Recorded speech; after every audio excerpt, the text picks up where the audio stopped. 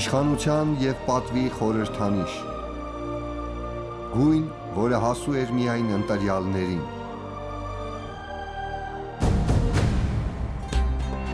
Ինչու էին ներկի մշակման նրբությունները գաղտնի պահվում, իսկ դրանց վերաբերող տողերը կոդավորվում։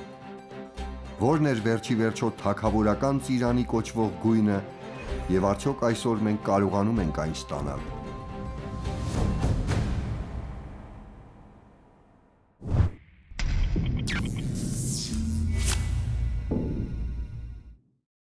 Ներկանյութի կիրառությունը չափազանց լայն է։ Այն ընդգրկում է տեքստիլ, շինարարական և տեխնոլոգիական արդյունաբերությունները, կերպարվեստը, նորաձևությունը, կոսմետոլոգիան և նույնիսկ սննդամթերքի արդյունաբերությունը։ 19-րդ դարում քիմիական եղանակով ստացվող ներկերի ի հայտ գալը մեծապես ազդեց շուկայի վրա, դարձնելով դրանք էժան և հասանելի։ Սակայն մինչ 19-րդ դարը ներկեր ստանում էին միայն բնական հումքերից, հանքաքարերից, բույսերից, կենդանական ճարպերից ստացվող ներկերը ծախսատար էին և հետևաբար թանկ։ Բադաշխանի լաջվարդը, որ մեզ ավելի հայտնի է լազուրիտ անվամբ, մեծ քարավանային ճանապարհով հասնում էր միջնադարյան Եվրոպա և փոխարինվում ոսկու հետ 1:1 հարաբերությամբ։ Որմնանկարներում դեղինից մինչև մուգ դարչնագույն և անգամ կարմիր երանգները ստանում էին կավային օքրայի միջոցով։ Իսկ կինովարի ալ-կարմիր գույնի դրամատիկ էֆեկտը նկատել էին վերածննդի շատ նկարիչներ։ Այն հայտնի էր նաև հին եգիպտացիներին ու հին հույներին։ Հռոմեական կայսրությունում այն շատ թանկ արժեր և օգտագործվում էր անգամ դիմահարդարման մեջ։ Սակայն բոլոր այս ներկերի մեջ կար մեկը, որին անվանում էին արքայական գույն։ Այն հիացնում էր իր անկրկնելի երանգով։ Դրա պատրաստման գաղտնիքը փոխանցվում էր սերնդեսերունդ և հայտնի էր շատ քչերին։ Հասարակ միջատ, որից ստացված գույնն անկրկնելի էր, որից պատրաստվում էին գերազանց դեղամիջոցներ և որը հանդիսանում էր պատվի ու ազնվազարդության խորհրդանիշ։ Այն ավելին էր, քան պարզապես ներկանյութ։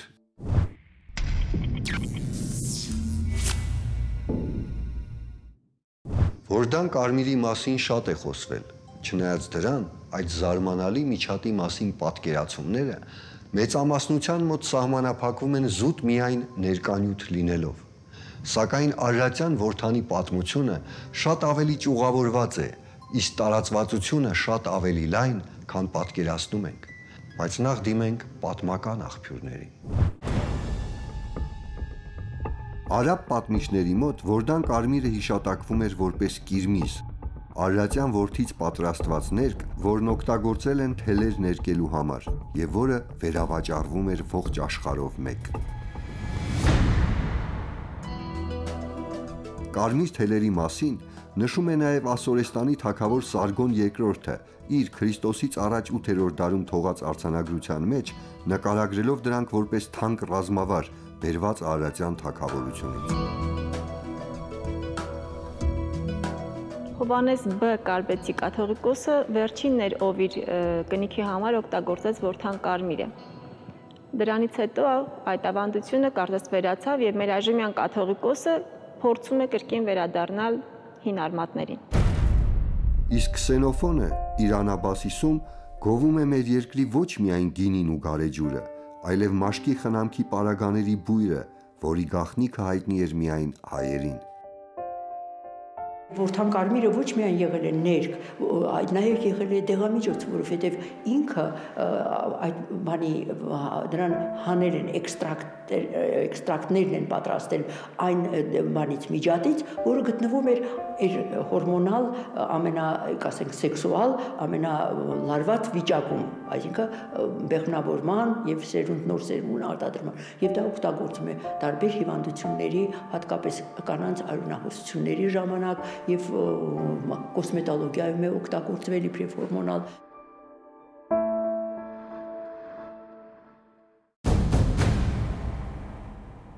Սակայն որդան կարմիրը պատված է գաղտնիքով։ Գաղտնիքը ներկի ստացման եղանակն է և ըստ պատմական աղբյուրների Այդ գաղտնիքի վերջին կրողը Սահակ Ծաղկարար եպիսկոպոսն էր։ Նա բազմաթիվ փորձեր է կատարել Վորդան Կարմիրից ներք ստանալու համար եւ այդ փորձերի մասին գրել իր իսկ հեղինակած բազմավեպ գրքում։ Բազմավեպը պահվում է այստեղ, Մատենադարանում։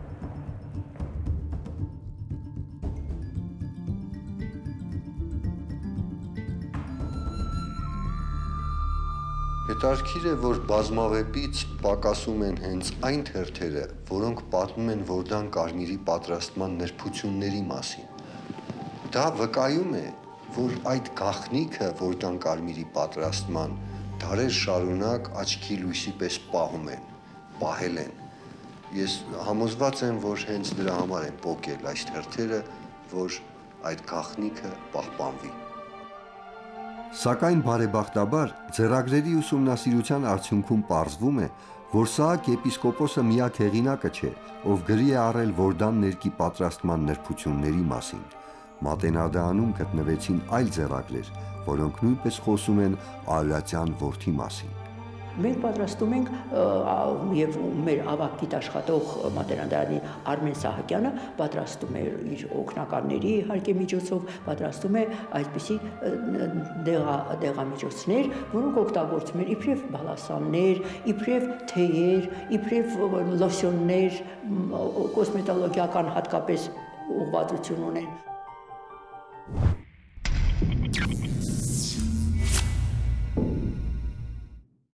Վորդան Կարմիր, թագավորներն ու ազնվականները դրանով հետաքրքրվել են հայտնագործման առաջին իսկ օրվանից։ Բոլոր դարերում այն ասոցացվել է բարձրաշխարհիկ կյանքի հետ։ Այն միշտ եղել է թանկ, սակայն դրա իրական արժեքը իմացել են համեստ կյանքով ապրող հոգևորականները, որոնք գիշեր ու ցերեկ խոնավ ու կիսամութ խուցերում տքնել ու անքուն գիշերներ են լուսացրել, որպեսզի կարողանան բացահայտել Վորդանի հրաշքի ողջ ներկապնակը եւ այդ գիտելիքները փոխանցել հետագա սերունդներին։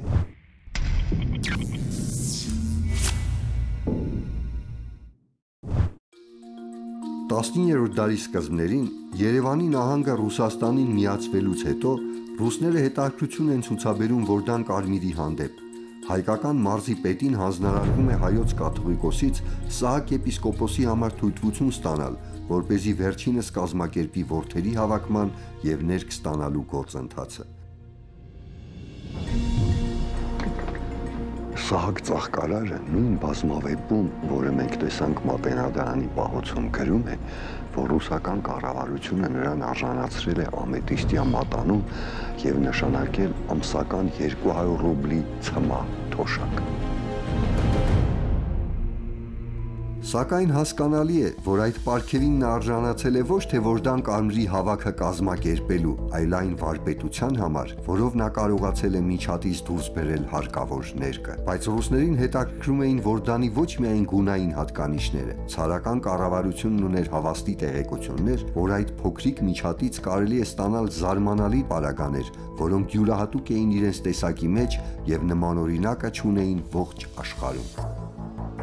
Այդ իսկ պատճառով 1830 թվականին Հայաստան է գալիս գիտնական քիմիկոս տեխնոլոգ Իոսիֆ Համելը, որը մինչ այդ համագործակցել էր խոշոր հայտնագործություններ կատարած գիտնականների հետ։ 1820-ականներին նա զբաղված էր նոր տեսակի բարոմետրի ուսումնասիրությամբ։ 1839-ին Անգլիայից Ռուսաստան է ուղարկել դեռ նոր ստեղծվող լուսանկարչական խցիկների օրինակներ եւ լուսանկար ստանալու պատմությունը։ 1853-ին մեկնում է Միացյալ Նահանգներ, որպեսզի ծանոթանա գիտության վիճակի եւ հատկապես հեռագրական հաղորդակցության համակարգերի հետ։ Այս ցանկը կարելի է դեռ երկար շարունակել, ներառյալ նրա այցը Հայաստան Վորդան Կարմիրի ֆենոմենը ուսումնասիրելու նպատակով։ Ռուսերեն եւ գերմաներեն լեզուներով հրատարակված նրա մեծածավալ աշխատությունը դարձավ Հայաստանում կատարած Համելի ուսումնասիրությունների արդյունքը, ինչի հետևանքով Վորդան Կարմիրի միջազգային անվանումը ճանաչված է հենց նրա անունով՝ Պորֆիրոֆորը Համելի։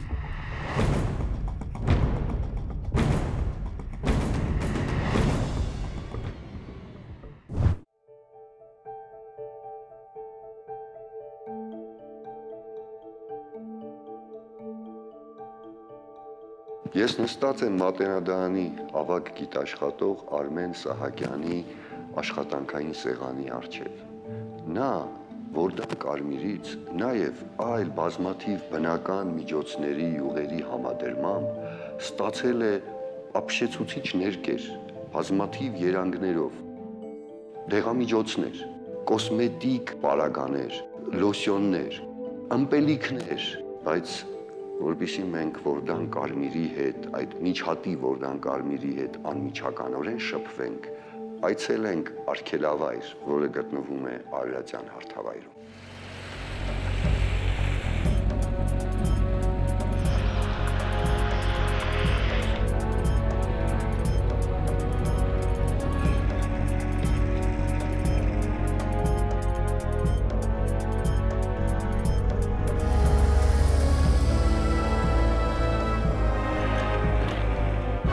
Որդան Կարմիր արգելավայր գտնվում է Հայաստանի Հանրապետության Արմավիրի մարզում, Արմավիր, Արազապ և Ալաշկերտ գյուղերի միջև։ Ընդհանուր տարածքը կազմում է 200 հեկտար։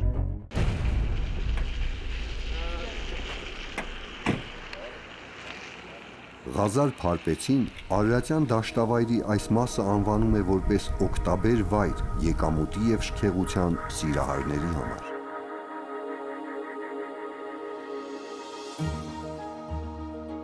Միջատը գետնի տակից դուրս է գալիս միայն սեպտեմբեր ամսին, այն էլ 2 շաբաթվա ընթացքում։ Գիտականորեն նա էնդեմիկ է Արարատյան հարթավայրի և ուրիշտեղ պարզապես չկա, չի ապրում։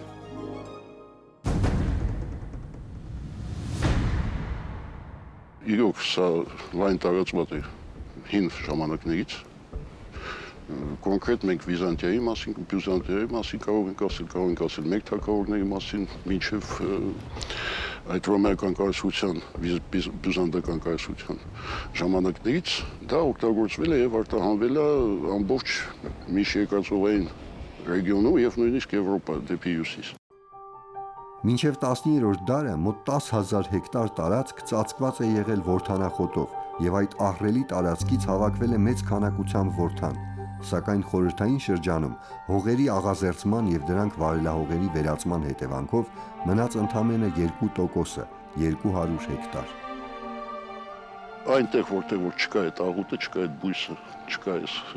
ջերմությունների բոլոր պայմանները, որդանը պարզապես չի ապրում։ Հիմա մենք չգիտենք ինչ է մնացել, մենք գիտենք միայն ստույգ գիտենք, որ ստեղ կա և այն մյուս արգելավայրում։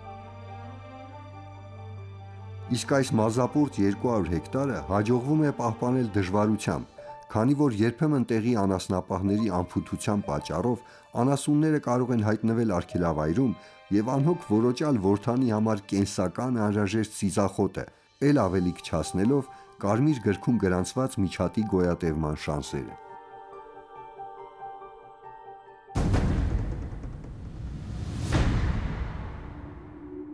Ռաֆին նկարագրում է Սամվելի մեջ, եթե հիշում եք, որ մի օր տեսան Արարատյան դաշտավայրը ամբողջ ձյուն էր եկել և ամբողջ կարմրել էր, շուտ վաղ ձյուն էր եկել, այդ են շրջաններ սեպտեմբերի վերջերը, հոկտեմբերի սկիզբը, և ասում է ձյունը կարմիր էր ներկած, դա մի հրաշքի նման էին ընկալում, ուրեմն տեսեք ինչքան շատ է եղել։ Եվ այդ մեր բույսերն էլ այնքան շատ են եղել, որ համասփյուռ անուն են ունեցել, իսկ հիմա չկան բոլորովին։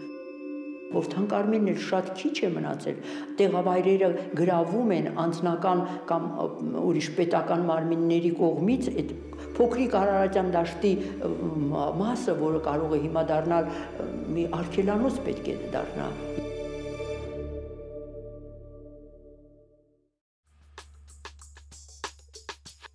Հիմա հենց այն ժամանակահատվածն է, երբ որ Հասուն, Արուն և Էգը դուրս են եկել հողից և հիմա անցել են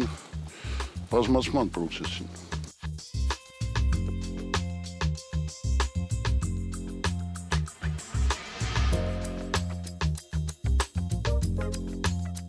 Արուն և Էգը խիստ տարբերվում են։ Արուն ավելի շարժուն է, թևեր ունի և նույնիսկ մի քիչ թռնում է։ Իսկ իրան հեռու թռնել պետք չի, քանի որ էգերը ման են գալիս, նա գտնում է էգերին, բեղմնավորում է մի քանի էգ և հետո անմիջապես սատկում է։ Ինչ վերաբերում է էգին, էգը մտնում է հողի մեջ, այնտեղ ձևավորում է այսպես կոչված կոկոնը,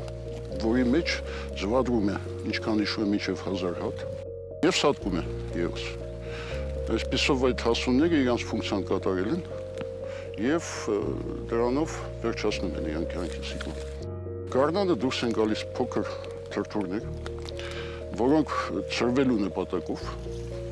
եւ կերաբույսերը գտնելու նպատակով դուրս են գալիս հողի երես եւ ծրվում են տարածքով, գտնելով իրենց բույսը, որը կարող է լինի երեգինը, բայց հիմնականում որդանախոտը, որ դուք տեսնում եք այստեղ,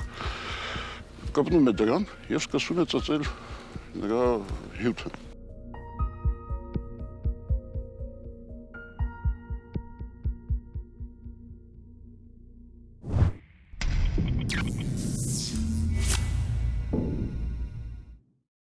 Հուսանք, որ մենք կլինենք այն սերունդը, որը ոչ միայն վերածնունդ կտա Որդան Կարմիրի երբեմնի համբավին, այլև Արարատյան հրաշքի դարավոր ավանդույթը կփոխանցի ապագա սերունդներին այնպես, ինչպես արել են դա մեզ նախորդած գիտնականները, հոգևորականները ու այլ նվիրյալներ։ Եվ բարեպախտաբար կարելի է վստահությամբ ասել, որ այս հարցում մենք առաջընթաց ունենք։ Այստեղ նորից իր անփոխարինելի դերն ունի Մաշտոցի անվան հին ձեռագրերի գիտահետազոտական ինստիտուտը, Մատենադարանը։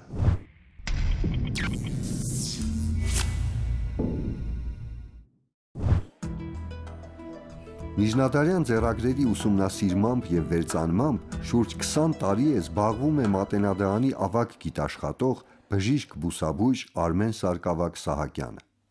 Թթվային միջավայրում մինչև նարնջագույն, հիմնային միջավայրում մինչև մանուշակագույն տալիս է։ Ունեք եթե էքստրակտի մեջ խառնում ես լիմոնի հյութ, արդեն գնում է դեպի նարնջագույն։ Իսկ ասենք կարտոֆիլի հյութ կամ շիբ, արդեն կապուտում է։ Պարզվում է, որ Որդանից ստացվում են մի քանի երանգներ, այդ թվում նաև մեզ բոլորիս քաջ հայտնի արքայական ծիրանին։ Լատիներեն պուրպուրա, այսինքն այդ կարմիրի եւ մանուշակագույնի եզրին գտնվող բանն է։ Մեզ մոտ դա ծիրանի է։ Այստեղ եւ այս մյուս ձեռագրում տարբերում են, չէ, երանգները։ Սա էլ է Որդան Կարմիր, սա էլ ուղղակի մանուշակագույն այդպես երանգներ ունի։ Արքայական ծիրանի գույնը չի կարելի շփոթել դեղին գույնի հետ։ Այդ երանգը ստացվում է Որդանի տարբեր մշակումների արդյունքում։ Տարբերակներից մեկը փորձեցինք հենց տեղում, Որդանի ալ կարմիր գույնին խառնեցինք ձվի կճեպի փոշի։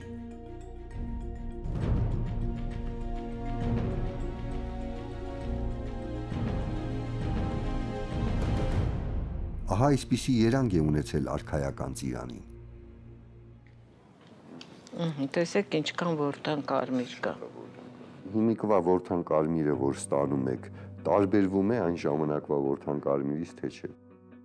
Գույնով բացարձակ, լրիվ նույն Որդան Կարմիրն է, ես կասեի եւ որակով էլ, որտեղ մենք փաստորեն մենք օգտվելով մեր Մատենադարանի ձեռագրերի բաղադրատոմսերից, բոլոր այդ ներկերը, որոնք պատրաստվում են միջնադարում, նույն բաղադրատոմսերով պատրաստվում են։ Այսինքն մենք որ ասում ենք Որդան Կարմիրի բաղադրությունը կորցրել ենք պատրաստման ձևը, Ոչ, մենք բազմաթիվ բաղադրատոմսեր ունենք մեր ձեռագրերում։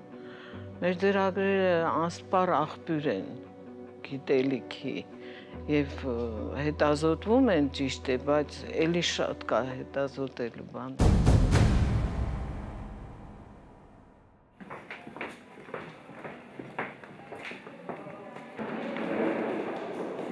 Պարզվում է, գույնի ստացման ողջ գործընթացը շատ ավելի բարդ ու խորհրդավոր է եղել, քան պատկերացնում ենք։ Սա կոչվում է օրինակ պատմություն ծաղկանց, կար որ բույսը ոնց են հավաքել, ինչ ձևից էսով։ Ներկի, ինչպես նաև դեղամիջոցների պատրաստման գործընթացը, սկսած բույսերի հավաքից մինչ եփելը մի ամբողջական ծես է եղել, որն առաջնորդվել է տարբեր աղոթքներով։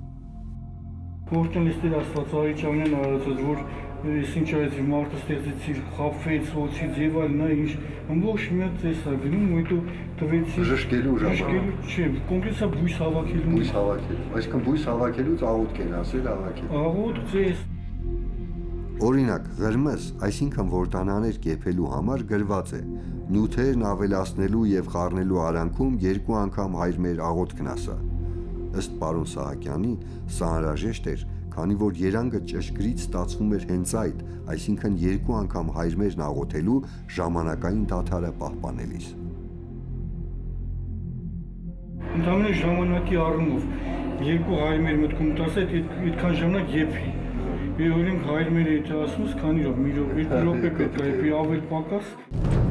Բացի այս, դեղամիջոցներին, ներկանյութերին, կոսմետիկ պարագաներին, սննդային հավելումներին, խմիչքներին եւ օծանելիքներին վերաբերող ձեռագրային տողերը ծածկագրվել են։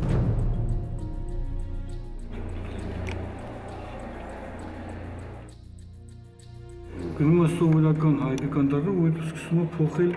արդեն բանի, ծածկագիր, կարևոր մասերը, մինչև 2 եփելն է, գալիս է հասնում ծածկագրով ամբողջը, վերցանություն են տեքստի, խնդրեմ ես ձեռագիրն է, այդ ավանդություն, բայց մենակ իմ մոտ արդեն կոմպյուտերի մեջ Այդ ամենը մեկ առ մեկ դուրս բերելու, վերծանելու համար Արմեն Սահակյանից պահանջվել է ավելի քան 20 տարի։ Բայց մենակ հաշվի, ես ձեռագրում, ես ինչ էջում, ղրմыз, ոնց ես, ղրմыз եփելը, ես միշտ ձեռագրում։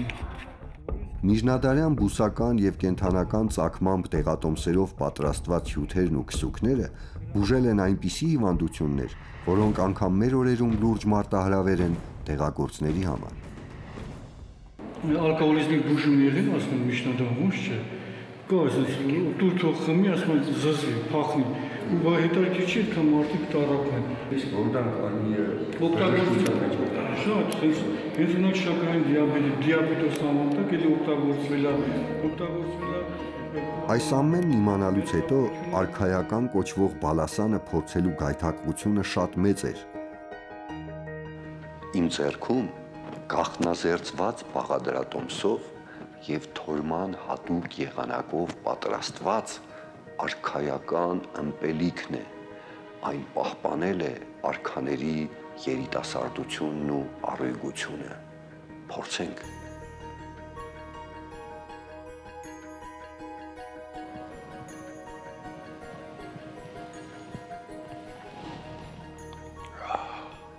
Արքայական է։ Չնայած բոլոր այս զարմանալի հատկություններին, Որդան Կարմիրը մղվեց ետին պլան եւ գրեթե մոռացության մատնվեց։ 15-ից 16-րդ դարերում մարդիկ տեղեկացան մեքսիկական Որդանի մասին, որը մեկ տարում 5 անգամ էր սերունդ տալիս։ Ճարպն ավելի քիչ էր, սակայն մի շատ կարևոր հարցում զիջում էր հայկականին՝ կայունությամբ։ Իսկ մեքսիկական Որդանի հայտնագործմանը հաջորդեց 19-րդ դարում համատարած կիրառության մեջ մտած էժանագին անիլային ներկերի հայտնագործումը, ինչի արդյունքում գրեթե մոռացության մատնվեց Որդանի երբեմնի փառքը։ Որդան Կարմիրի ամբողջական ուսումնասիրությունն է միայն հնարավորություն տալիս հասկանալու, թե ինչու էր այն համարվում ժամանակակից լեզվով ասած հայկական բրենդ կամ խորհրդանիշ։ Պատահական չէ, որ այն բոլոր ժամանակներում հետաքրքրել է թագավորներին ու բարձրաշխարհիկ մարդկանց։ Հասկանալի է դառնում բառի բուն իմաստով դրա ոսկու գինը, մարդկանց զարմանքն ու հիացմունքը Ծիրանի գույնը տեսնելիս, դրա կիրառությունը բոլոր ձեռագրերում, դրա առկայությունը վանքերի ու եկեղեցիների կիսաքանդ պատերին, դրա գաղտնագրման պատճառները եւ այն եռանդի աղբյուրը, որ հնում եւ ներկայում ներդրել են մարդիկ Գիրմիզն ուսումնասիրելիս։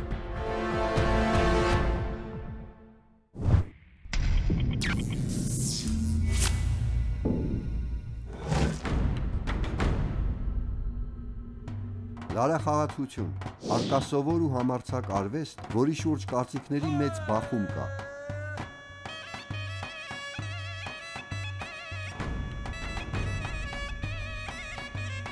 Բարու եւ չարի, երկնքի եւ երկրի միաձուլման, Մոգականի եւ վարպետության համադրություն է սա, թե հակասություններով լի առեղծված։ Բացահայտենք քամու բարի գաղտնիքը։